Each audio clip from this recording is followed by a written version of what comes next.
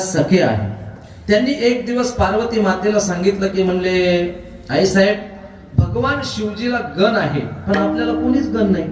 भगवान शिवजीकडे शृंगी भृंगी नंदी हे सगळे भगवान शिवजीचे गण आहे, पण आपला कोणीतरी गण पाहिजे. म्हणले आपलं कोणीतरी ऐकणारा गण पाहिजे, तेव्हा आपल्याला आनंद येईल. मग पार्वती मातेने सांगितलं काही हरकत नाही, म्हणले गणाची निर्मिती करू.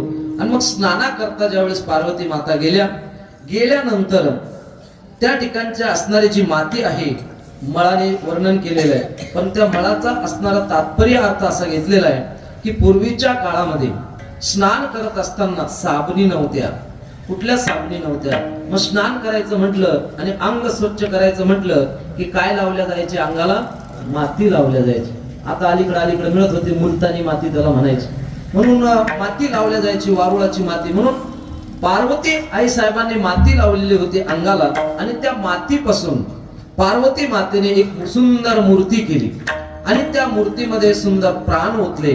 आणि प्राण ओतल्यानंतर इतकी मनमोहक सुंदर सगळ्यांना आवडेल अतिशय शोभादायक मूर्ती पार्वती मातेने निर्मिती केली. त्या मूर्तीची प्राण ओतले आणि सांगितलं, पुत्रा तू माझा मुलगा आहेस, इथं तुझ्याशिवाय मला दुसरं कोणी नाही. म्हणले आई साहेब ठीक आहे, तुम्ही मला निर्माण केलं, मला काय काम आहे, कशा करता मला निर्माण केलेलं आहे. म्हणले काही नाही, मी इथं स्नान करते आणि तू दरवाजावर पहारा द्यायचा. म्हणले मी बाहेर येईपर्यंत कोणालाही आत येऊ द्यायचं नाही, तू पहारा द्यायचा. म्हणले ठीक आहे आई साहेब. पार्वती माता आतमध्ये स्नाना करता निघून गेल्या आणि भगवान गणेशजी पहारा देऊ लागलेले. पार्वती मातेने त्यांच्या हातामध्ये एक दंड दिलेला होता, दंड घेऊन पहारा देऊ लागलेले. कौतिकी भगवान शिवजीला सगळं माहिती होतं, तरी सुद्धा भगवान शिवजी आले आणि आत शिरायला लागले. त्यावेळेस गणपतीने त्यांना आवाज दिला, महाराज सावधान, पुढे जाऊ नका. म्हणले का? इथून पुढे पुरुष प्रवेश वर्जित आहे, म्हणले तुम्हाला जाता येणार नाही. म्हटलं अरे तू कोण आहेस, तुला माहिती का? म्हणले मी कोण आहे. म्हणले तुम्ही कोणी असा, मला माझ्या आज्ञेचं पालन करणे. अरे म्हणले मी भगवान शिव आहे, पार्वती मातेचा असणारा मी पती आहे. म्हणले मला तू अडवतो. म्हणले मला काही माहित नाही, तुम्हाला आतमध्ये जाता येणार नाही. पण बळबळ चालायला लागले भगवान शिवजी, तर गणपती बाप्पाने दंडाच आडवा लावला आणि जरा धिटाई करायला लागले. त्यावेळेस मात्र दंड्यानंच लोटून दिलं भगवान शिवजीला. आता भगवान शिवजीला लोटून दिल्यानंतर राग आला. भगवान शिवजी परत आले आणि आपले जे असणारे गण होते नंदी भृंगी शृंगी सगळ्यांना सांगितलं, मला अरे जा रे, त्या गुफेच्या दरवाजावर कोण एक म्हणले मुलगा आहे, तेजस्वी म्हणले एकदम, आणि मला आतमध्ये जाण्याकरता रोखतोय. म्हणले जरा त्याला विचारून या, तू कोण आहेस, काय आहेस. ते नंदी वगैरे सगळे आले, त्यांनी विचारलं. म्हणले तू कोण आहे. म्हणले मी कोणी असो, पण तुम्ही इथं कशाला आलात. म्हणले भगवान शिवजीला आतमध्ये जाऊ दे. म्हणले जाऊ देणार नाही. म्हणले मग युद्ध करावं लागेल. म्हणले मी तयार आहे. भगवान गणेशजीचं आणि नंदी भृंगी शृंगी यांचं युद्ध झालं, पण ते सगळेच परास्त झाले.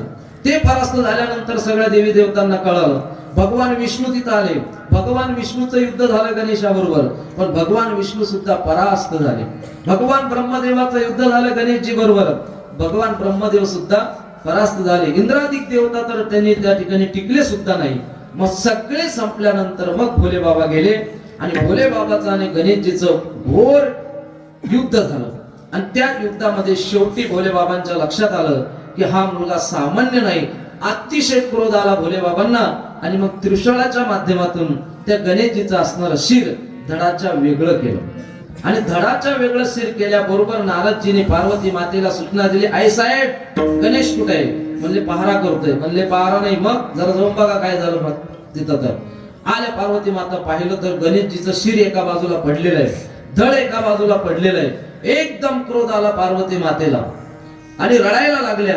आणि त्या क्रोधाच्या आवेशामध्ये पार्वती मातेने आपल्या असणाऱ्या सगळ्या शक्ती बाहेर काढल्या आणि त्या शक्तींना आदेश दिला. म्हणले जा, या असणाऱ्या संसाराचा सगळा संहार करून टाका. म्हणले त्या सगळ्या योगिनी डाकिनी शंकिनी ज्या होत्या सगळ्या जगाचा संहार करायला लागले. सगळे देवी देवता तप्त व्हायला लागले.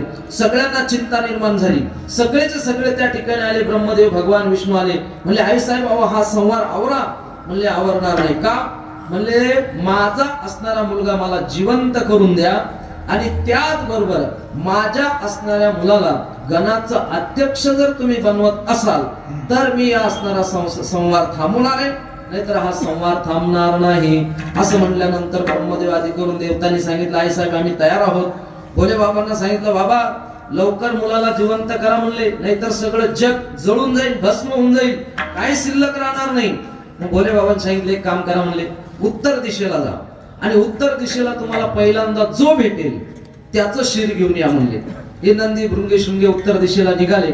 निघाल्यानंतर पहिल्यांदा यांना एका दाताचा हत्ती भेटला. त्याला एकच दात होता आणि हत्ती भेटल्यामुळे यांनी काय केलं, त्या हत्तीचं शिर कापलं आणि ते शिर घेऊन आले.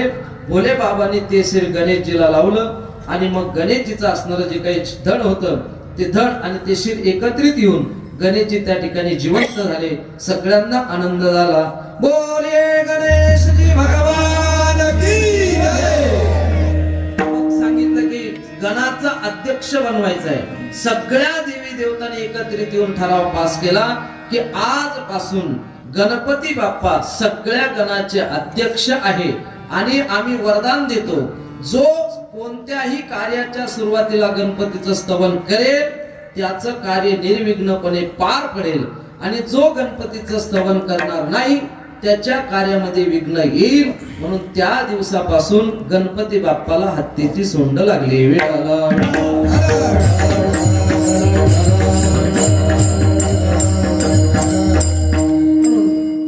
लंबोदरा तुझा शोभे शुंडादंड करीतसे खंड दुष्टिन्नाचा. आणि शुंडादंड हा जे असणारी हत्तीची सोंड आहे, जसं झाड उपळून टाकते त्यानंतर मुंगीला जसं बाजूला करते तसं ही हत्तीची सोंड काय करते, करीतसे खंड दुष्चिन्हाचा. ते दुष्चिन्ह आहे त्याचा खंड करण्याचं काम हे असणारी सोंड करत असते. म्हणून ज्ञानोबरायांनी सुद्धा सोंडेचं वर्णन करत असताना गणपती बाप्पाचं तिथेही विवेकाचंच प्रतीक घेतलेले. देखा विवेकवंतो स्विमळो तोची शुंडादंडो सरळो जेत परमानंद केवळो महासुखाचा. म्हणून तिथेही विवेक या अर्थाने या सोंडेला घेतलेला आहे. म्हणून दुष्चिन्हाचा नाश करणारी ही सोंड आहे. आणि आणखी वर्णन करत असताना गणपती बाप्पाचे असणारे 4 हात आहे. त्या 4 हातामध्ये काय काय आहे आणि ते आयुध काय करतात अभंगाच्या दुसऱ्या चरणात.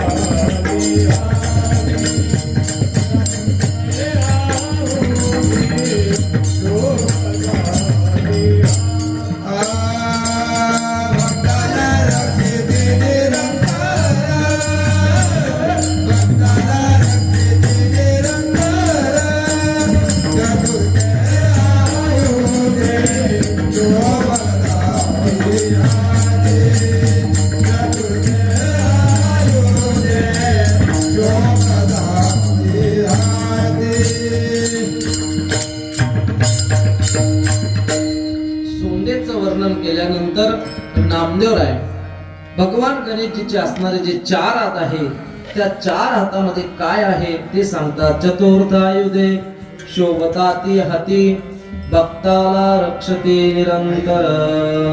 4 हात आहे म्हणून मी पहिले सांगितले की नामदेवरायचा गणपती हा 4 हाताचा आहे. ज्ञानोबरायचा गणपती हा 6 हाताचा आहे, म्हणून त्या 6 हातामध्ये काय आहे त्याच्याकरता स्वतंत्र प्रवचन करावं लागेल. आपल्याला फक्त नामदेव रायपुरता या ठिकाणी विचार करायचा आहे. तर इथं 4 हातामध्ये 4 आयुध धारण केलेले. कोणते कोणते आयुध आहे? पाश, अंकुश, परशु आणि मोदक. हे 4 आयुध हातामध्ये धारण केलेले आहे. हे प्रत्येक आयुध कशाचे न कशाचे प्रतीक आहे. कशाचे प्रतीक आहे तर पहिल्यांदा आहे पाश. पाश म्हणजे दोरी.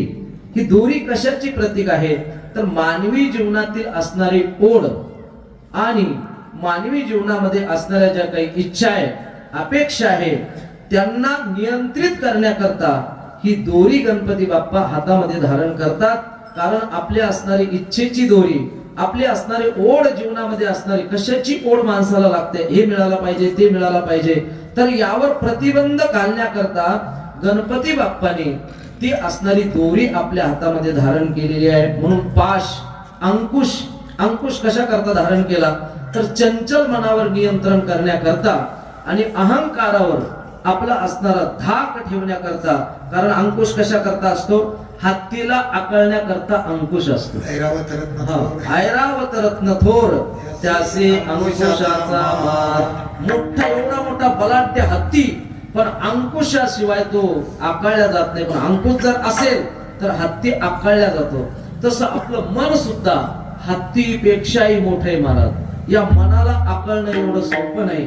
काय काय करीतो या मना, परी नायके नारायणा, करू नये त्याची करे विवंचना, नेहू पतना आदरिले. मन एवढं बलाढ्य महाराज. चंचलम ही मना कृष्ण प्रमाथी बलवत दृढम. अर्जुनाने म्हणावं म्हणजे मन असणार असं बलवान आहे. आणि या मनाचा एकाग्रपणा आणि मनाला भक्ती घडवण्याकरता तुकोबरायांनी सुद्धा या मनाला काय केलेली, विनंती केलेली. अरे मना, बाबा या मायाजाळामध्ये गुंतू नको बाबा. कशाला या मायाजाळामध्ये गुंतो? काळ जवळ आलेला आहे. नको नको मना गुंतू मायाजाळी, नको नको मना गुंतू मायाजाळी, नको नको मना गुंतू मायाजाळी, नको नको मना गुंतू मायाजाळी, नको नको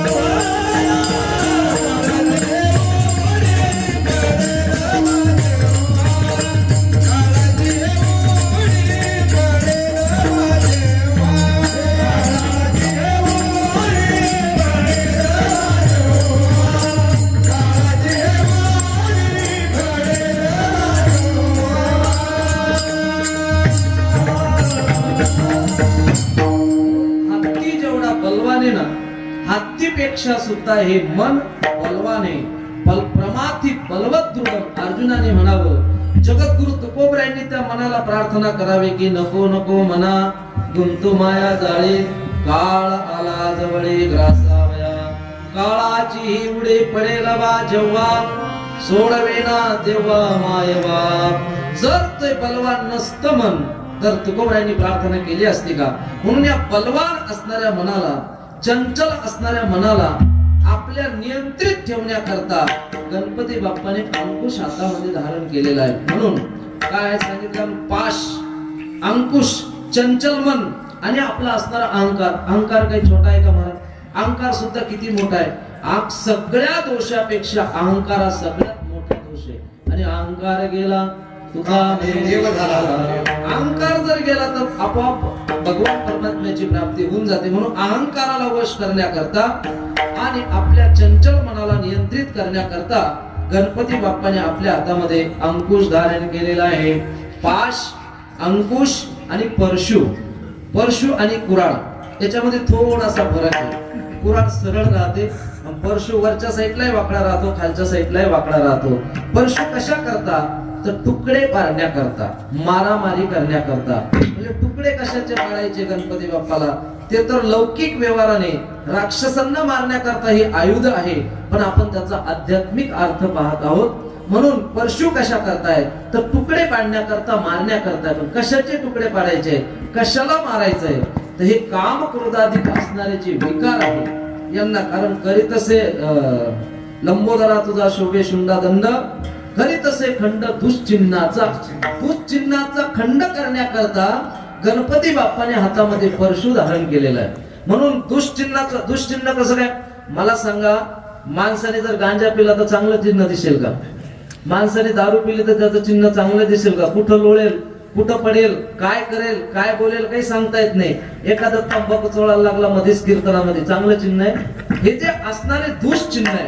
क्रोध आला की माणसाचं चिन्ह लगेच लक्षात येतं. हातपाय थरथर करायला लागतात, लाल डोळे होऊन जातात, त्यानंतर भुवयावर होतात, समजायचं दुश्चिन्ह आलेलं आहे. म्हणून काम क्रोधादी विकार हे जे षड विकार आहे, यातला कोणताही विकार अंतःकरणामध्ये जर उदयाला आला तर ते दुश्चिन्ह दिसतं. म्हणून हे विकाराचं असणारं ते दुश्चिन्ह आहे, याचा नाश करण्याकरता गणपती बाप्पाने हातामध्ये परशु धारण केलेला आहे. म्हणून पाश, अंकुश आणि परशु, आणि चौथ्या हातामध्ये आहे मोदक.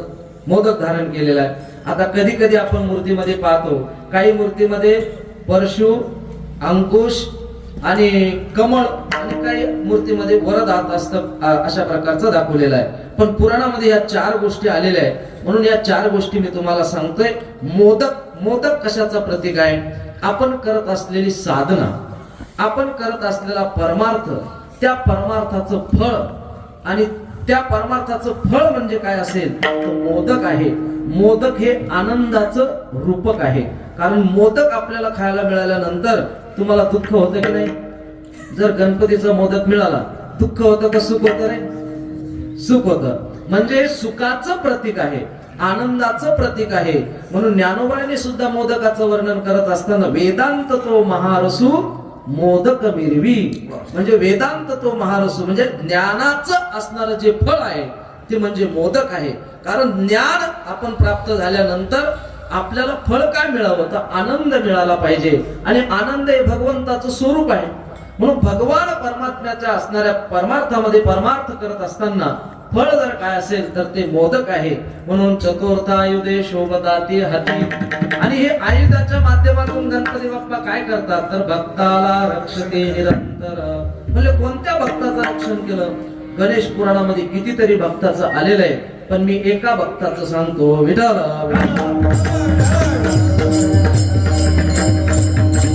कश्यप आणि आदिती. कारण आपलं असणारं हे माघी गणेश जयंतीचं कीर्तन आहे. म्हणून या माघी गणेश जयंतीच्या प्रसंगामध्ये कश्यप आणि आदिती यांच्या घरी भगवान गणेशजी मोहकटाच्या रूपाने आले. आणि मोहकटाच्या रूपाने आल्यानंतर काशीराज म्हणून एक भक्त होता मोहकटाचा, आणि एक दिवस काशीराजाच्या वाड्यामध्ये मोहकट आले, आणि दोघांनी रात्री भगवत चिंतन केलं. मोहकट आणि काशीराज दोघेही त्या वाड्यामध्ये झोपले. रात्रीच्या वेळेला 3 राक्षस आले मोहकटालाही संपवण्याकरता आणि काशीराजाचा बदला घेण्याकरता. त्यांची नावं आहे ज्वालामुख, व्याघ्रमुख आणि दारुण. हे 3 राक्षस आले. त्यातला असणारा जो ज्वालामुख होता त्यांनी ज्वालेच्या माध्यमातून सगळ्या नगरीला आग लावायला सुरुवात केली. सगळी नगरी पेटली. जवळजवळ ती असणारी नगरी पेटता पेटता राजवाड्यापर्यंत ती आग आली. राजवाडाही पेटला. आणि मग भगवान गणेशजी आणि काशीराज जागे झाले, बाहेर आले. बाहेर आल्यानंतर ज्वालामुखीने आग लावलेली होती, आणि व्याघ्रमुख नावाचा जो राक्षस होता तो मुख पसरून बसलेला होता की कधी दोघं बाहेर येतात आणि कधी मी त्यांचा ग्रास करतो. म्हणून हे दोघं बाहेर आले. आल्याबरोबर काशीराजालाही गिळून घेतलं आणि मोहकटाला सुद्धा गिळून घेतलं. दोघंही पोटामध्ये गेले. आणि पोटात गेल्यानंतर भगवान गणेशाने अशी काही लीला केली. आपलं असणारं जे शरीर आहे फुग्याप्रमाणे फुगवायला सुरुवात केली. ते एवढं मोठं फुगवलं की त्या राक्षसाचं असणारं पोट फाटलं. आणि भगवान गणेशजी आणि काशीराज बाहेर आले. त्यांच्या बरोबर आणखी काही लोक त्यांनी गेलेले होते नगरीतले, सगळेचे सगळे बाहेर आले आणि सगळे सुखी झाले. बाहेर आल्यानंतर जो व्याघ्रमुख होता त्याचं तर पोट फाटलं, तो मेलाच होता.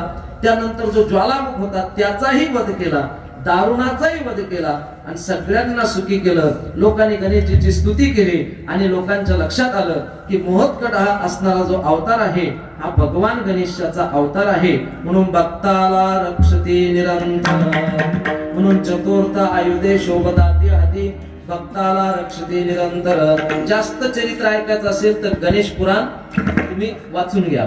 गणेश पुराण लावा नाही म्हणत मी, वाचून घ्या, तर पुन्हा उद्या माझ्या मागे येईल गणेश पुराण सांग. म्हणून अशा प्रकारे मग चार आयुधाच्या माध्यमातून भगवान गणेशजी आपल्या भक्ताचं रक्षण करतात. नामदेव म्हणतात गणेशजी एवढे मोठे आहेत पण त्यांचं वाहन फार छोट आहे. अशा मोठ्या असणाऱ्या गणपतीला छोट्या असणाऱ्या वाहनाच्या भगवान परमात्म्याला मी नमस्कार करतो. अभंगाचं तिसरं चरण. भव्य रूप तुझे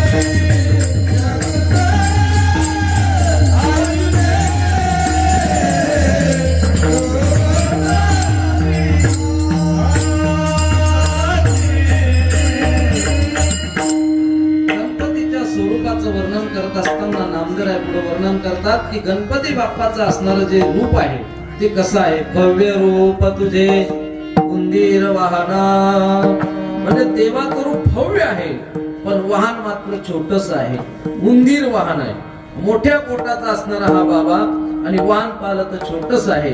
म्हणजे उंदीर कस का वाहन झालं बरं गणपती बाप्पाचं? सांगतो कथा ऐका. काय झालं, स्वर्गामध्ये क्रौच नावाचा गंधर्व होता. हा क्रौच नावाचा गंधर्व स्वर्गामध्ये आला आणि येता येता त्याची असणारी लाथ वामदेव नावाचे ऋषी होते त्यांना लागली. ऋषीला आला राग, ऋषीने दिला शाप, म्हणजे जा माझा शाप आहे, तू उंदीर होऊन पडशील. तो क्रौच नावाचा असणारा जो गंधर्व आहे तो उंदीर झाला, स्वर्गातून थेट खाली आला व्यास महर्षीच्या आश्रमामध्ये. आणि व्यास महर्षीचं त्यावेळेस महाभारताचं लिखाण चालू होतं आणि गणपती बाप्पा तिथंच होते. आणि मग खाली आल्यानंतर त्या आश्रमामध्ये तो राहू लागला आणि मग स्वभावाप्रमाणे मग धान्याचे पोते कुरतडायचे, त्यानंतर कपडे कुरतडायचे, अशा प्रकारचं त्याचं काम चालू झालं. हे व्यास महर्षीने पाहिलं आणि गणपती बाप्पा सांगितलं, म्हणजे अरे गणेशजी, म्हणजे उंदीराचा फार त्रास होऊ राहिला. म्हणजे मग काय म्हणजे एखादी कुठं मांजराचं पिल्लू सापडतं का पाय, म्हणले मांजराचं पिल्लू घेऊन ये म्हणजे उंदराचा बंदोबस्त होईल. गणपतीने सांगितलं मला मांजराचं पिल्लू आणायची गरज नाही. मग काय करणार, गणपतीकडे जो पाश होता ना, टाकला गणपती बाप्पाने पाश त्या उंदरावर, वडला उंदीर जवळ. ओढल्यानंतर उंदीर हात जोडून नमस्कार करायला लागला, महाराज क्षमा करा, एकदम तळमळायला लागला, झटपटायला लागला. गणपती बाप्पाला त्याची दया आली. गणपती बाप्पा म्हणले जाऊ दे, तुला मारत नाही, तुझ्यावर मी प्रसन्न नाही, माग तुला काय मागायचं दे. असं म्हटल्यानंतर ते म्हणले मला काही नको, तुमचा कृपा आशीर्वाद द्या, एवढंच मला पाहिजे. म्हणले ठीक आहे, मग आजपासून मी तुला माझं वाहन बनवतो. म्हणले ते म्हणले तू बनणार, म्हणले तयार आहे. आणि मग काय तो असणारा उंदीर, त्या उंदरावर गणपती बाप्पा बसले. ही एक कथा सांगितल्या जाते. पुन्हा कल्पभेदाने दुसरी एक कथा सांगितल्या जाते. ती अशी आहे की सौभरी नावाचे ऋषी आहे आणि सौभरी नावाच्या ऋषीची पत्नी आहे मनोमयी. आणि एक दिवस हा क्रौंच नावाचा असणारा गंधर्व त्या सौभरी ऋषीच्या पत्नीकडं एकांतामध्ये गेला. गेल्यानंतर ऋषी कुठंतरी कंदमुळं आणण्याकरता गेलेले होते आणि तिथं गेल्यानंतर ऋषी पत्नी त्याला रागवले नाही, शापही दिला नाही, त्याला उपदेश केला की बाबा असं वागणं हे बरोबर नाही, तुम्ही देव आहात पण अशा प्रकारचं वागणं चांगलं नाही. त्यांचं बोलणं चालूच होतं. तेवढ्यामध्ये हे सौभरी ऋषी आले आणि आल्यानंतर यांनी पाहिलं की माझ्या पत्नी जवळ एकांतामध्ये हा असणारा क्रौंच आहे, शाप दिला. जा म्हणले माझा शाप आहे, तू उंदीर होशील आणि असंच म्हणले चोरून चोरून काही खाशील, म्हणले तुला असं उजागर कोणी खाऊ देणार नाही. म्हणून तो दिलेला शाप तोही उंदीर झाल्यानंतर व्यास महर्षीच्याच आश्रमामध्ये आला आणि पुढची मागची कथा तशी पुढची कथा आहे. म्हणून अशा प्रकारे भव्य रूप तुझे उंदीर वाहना. आता उंदीर कशाचं प्रतीक आहे तर उंदरामध्ये काय विशेषता आहे, काय विशेषता आहे. एक तर पहिले असं की गणपती बाप्पा स्वतः दाखवून देतात की माणूस कितीही मोठा झाला तरी सुद्धा लहान सहान गोष्टीला त्यांनी महत्व दिलं पाहिजे. किती मोठा होऊ द्या पण लहान गोष्टीला माणूस विसरला नाही पाहिजे. उलट माणूस मोठा जरी झाला तरी नेहमी त्याच्या जीवनामध्ये लहानपणा राहिला पाहिजे. लहानपण देगा देवा मुंगी साखरेचा रवा. म्हणून भगवान गणेश एवढे मोठे पण वाहन किती त्यांचा असणारा छोटा आहे. त्यानंतर उंदराची असणारी जी दृष्टी आहे ना ती दिव्य दृष्टी आहे. दिव्य दृष्टी म्हणजे अंधारात सुद्धा उंदीर मार्ग शोधतो. अंधारामध्ये त्याला लाईट बॅटरी लावायची गरज राहत नाही. अंधारामध्ये उंदीर मार्ग शोधतो. तर तसं आपण सुद्धा आपल्यावर आलेली जी संकट आहे त्या संकटामध्ये आपण मार्ग शोधला पाहिजे. आपण हारून गेलो नाही पाहिजे. म्हणून उंदराची असणारी दृष्टी रात्रीच्या वेळेला सुद्धा उंदराला दिसतं. म्हणजे संकटामध्ये सुद्धा आपण मार्ग शोधला पाहिजे. म्हणून गणपती बाप्पाने उंदीर आपलं वाहन केलेलं आहे. विठाला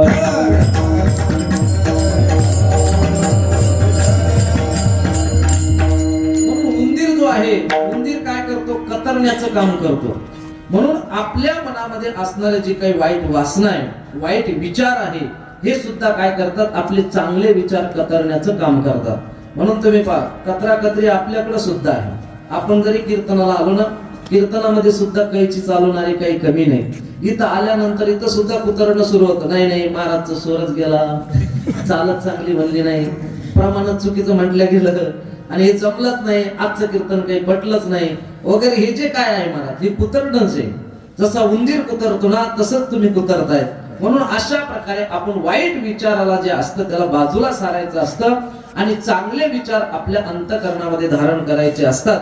म्हणून उंदराचं असणारं वाहन आहे. भव्य रूप तुझे उंदीर वाहना नमन चरणा करीत असे.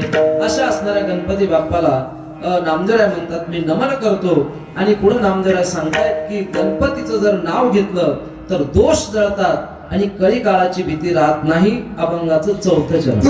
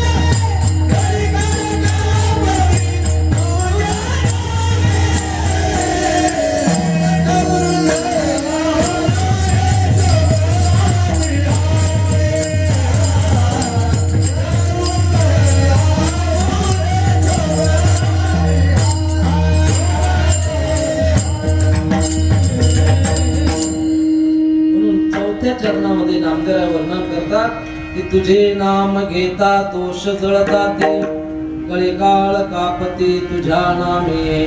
भगवान गणेशाच्या नामाचा जर आपण उच्चार केला, स्मरण केलं, तर आपल्या जीवनामध्ये असणारे जे दोष आहे ते जळून खाक होतात. म्हणजे कोणत्या नामाचा आपण जप करायचा? गणेशजीचे असणारे किती नाव आहे? जसं भगवान विष्णूचे 1000 नाव, विष्णू सहस्त्रनाम, त्यानंतर गोपाल सहस्त्रनाम, इथं सुद्धा गणेश सहस्त्रनाम. गणेशाचे सुद्धा 1000 नाव आहे. या 1000 नावापैकी 12 नाव हे अत्यंत महत्वाचे आहे. नारद पुराणामध्ये त्याचं वर्णन आलेलं आहे. प्रणम्य शिरसा देवम गौरीपुत्र विनायकम भक्तावासं स्मरन् नित्यं आयुक्तामार्थ सिद्धये. प्रथमं वक्रतुण्डं चैकदन्तं द्वितीयकं तृतीय कृष्णपिङ्गाक्षं गजवक्त्रं चतुर्थकं लम्बोदरं पंचमं च षष्ठं विकटमेव च सप्तमं विग्रराजेन्द्रं धूम्रवर्णं तथाष्टमं नवमं भालचन्द्रं च दशकं तु एकादशं गणपतिं तु द्वादशं. अशा प्रकारचे हे 12 नाव आहे. या 12 नावापैकी कोणत्याही नावाचं तुम्ही स्मरण करा, तुमचे पाप नाहीसे होतील. पण जसं आता आपण रामकृष्ण हरी भजन करतो, हरे राम भजन करतो, तसं गणपती बाप्पाला सगळ्यात आवडणारं भजन कोणतं? तर गणपती बाप्पाला सगळ्यात आवडणारं भजन जर आपल्याला कोणी दिलं असेल तर ते मोरया गोसाव्याने दिलेलं आहे. मोरेगावला मयुरेश्वराची असणारी साधना या असणाऱ्या मोरया गोसाव्याने खूप दिवस तपश्चर्या केली मयुरेश्वराची. आणि मयुरेश्वराची तपश्चर्या केल्यानंतर भगवान मयुरेश्वर म्हणजे गणेशजी त्यांना प्रसन्न झाले आणि सांगितलं, काय वरदान पाहिजे मागून घ्या. सांगितलं, देवा काही नको, भक्तीचं वरदान फक्त मला द्या. गणेशजी म्हणतात, ते तर मी तुला देतोच, पण मी माझ्या संबंधाने तुला एक वरदान देतो. माझ्या नावाच्या पुढं तुझं नाव लागेल आणि माझ्या नावाच्या पुढं तुझं नाव लावल्यानंतर जो भजन करेल ते भजन मला सगळ्यात जास्त आवडेल. म्हणून गणपती बाप्पा मोरया मोरया रे बाप्पा मोरया मोरया रे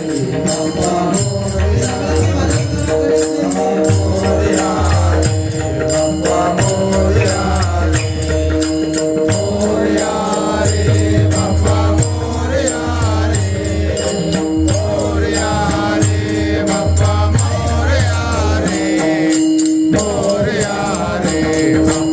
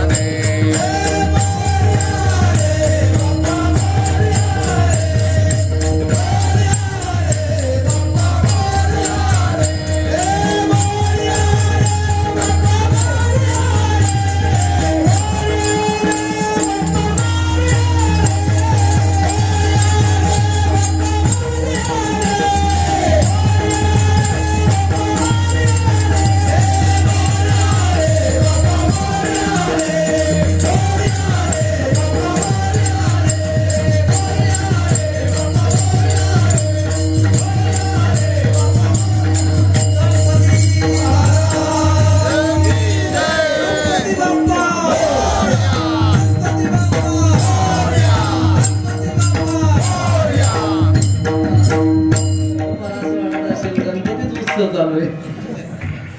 सगळे गायक मंडळींचे आपल्याला सहकार्य असणारे महाराज, असे गायक असल्यानंतर असं वाटतं की रात्रभर कीर्तन करावं, पण ते आपल्याला करू देणार नाही. कारण ते म्हणतात मला करूनच अशी भेटते आम्हाला, असे असल्यानंतर असं करावं म्हणून.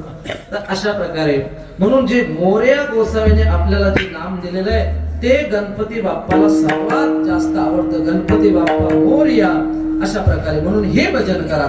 म्हणून तुझे नाम घेता दोष जळताती, कळी काळ कापती तुझ्या नामे. हा दोष जळून नाहीसे होतात आणि कळिकाळ सुद्धा कापतो. म्हणले आम्हाला नामस्मरण कळालं, पण एखाद्याचे दोष गेले आणि कळिकाळावर त्यांनी विजय प्राप्त केला. एखादं उदाहरण सांगा. एकच सांगतो, कारण 15 मिनिटं राहिलेले आहे. विठाला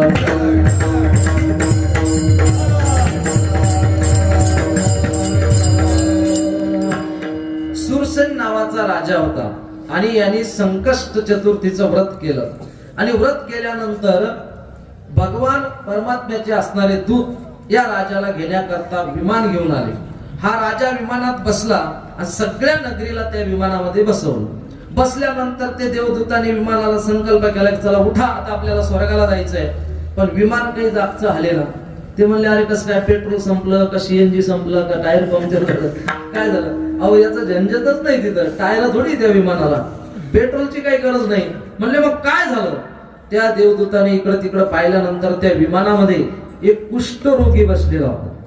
आणि मग त्याने पाहिलं, म्हणजे हा कुष्ठरोगी या विमानात बसलेला आहे, याला पहिल्यांदा खाली करा, त्यावेळेस आपलं विमान इथून उठेल म्हणले, नाहीतर उठणार नाही.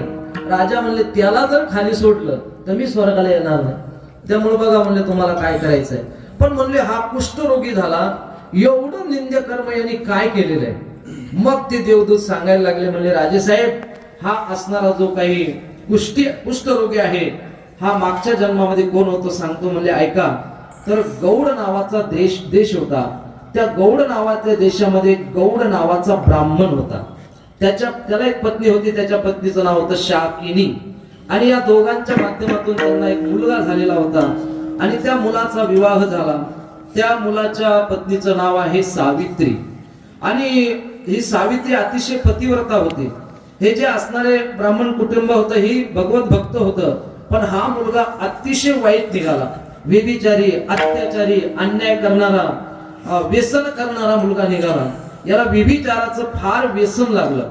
एक दिवस बापाने जवळ बोलवलं आणि सांगितलं, म्हणले बघा, अरे आपलं कुळ काय आहे, आपण ब्राह्मण कुळात जन्माला आलेलो आहोत, एवढं पवित्र कुळ आपल्याला प्राप्त झाला आणि असं आपण वागणं हे चांगलं नाही, तू हे सोड.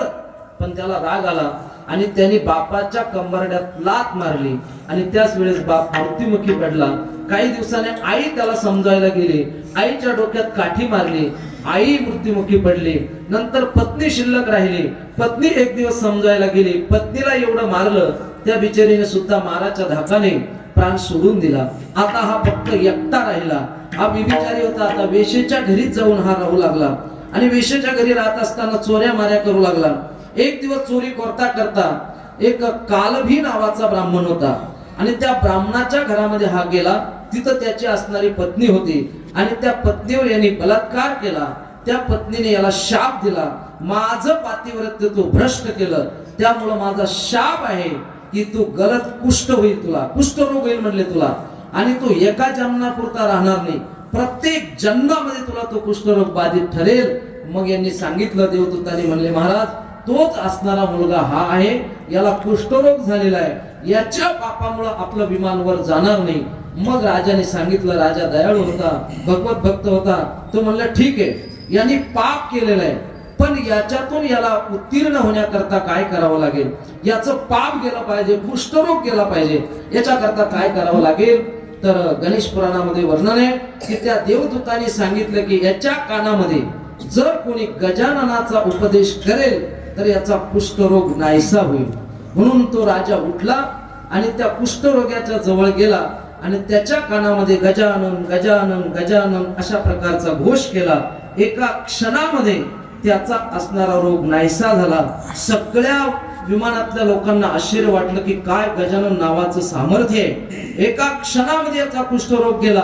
म्हणून सगळेचे सगळे गजाननाचं भजन करायला लागले. गजानना गजानना पार्वती नंदन गजानना गजानना गजानना पार्वती नंदन गजानना गजानना गजानना पार्वती नंदन गजानना गजानना गजानना पार्वती नंदन गजानना पार्वती नंदन गजानना पार्वती नंदन गजानना भक्तवत्सला गजानना भक्तवत्सला गजानना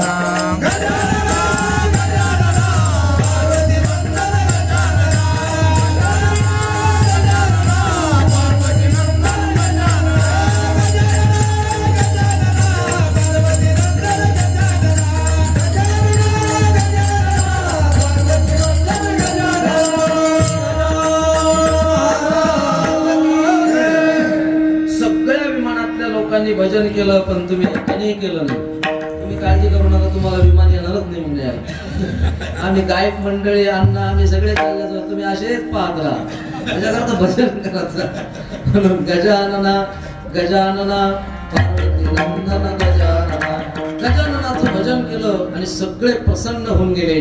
म्हणून त्या असणाऱ्या जो मुलगा होता त्या मुलाचा जो कुष्ठरोग होता तोही बरा झाला आणि तो अजरा अमर होऊन गेला. म्हणून तुझे नाम घेता दोष जळता ते, कलिकाळ कापती तुझ्या नामे. आणखी भगवान गणेशाच्या नामामुळं काय होतं 5व्या चरणात सांगतो. 14 विद्या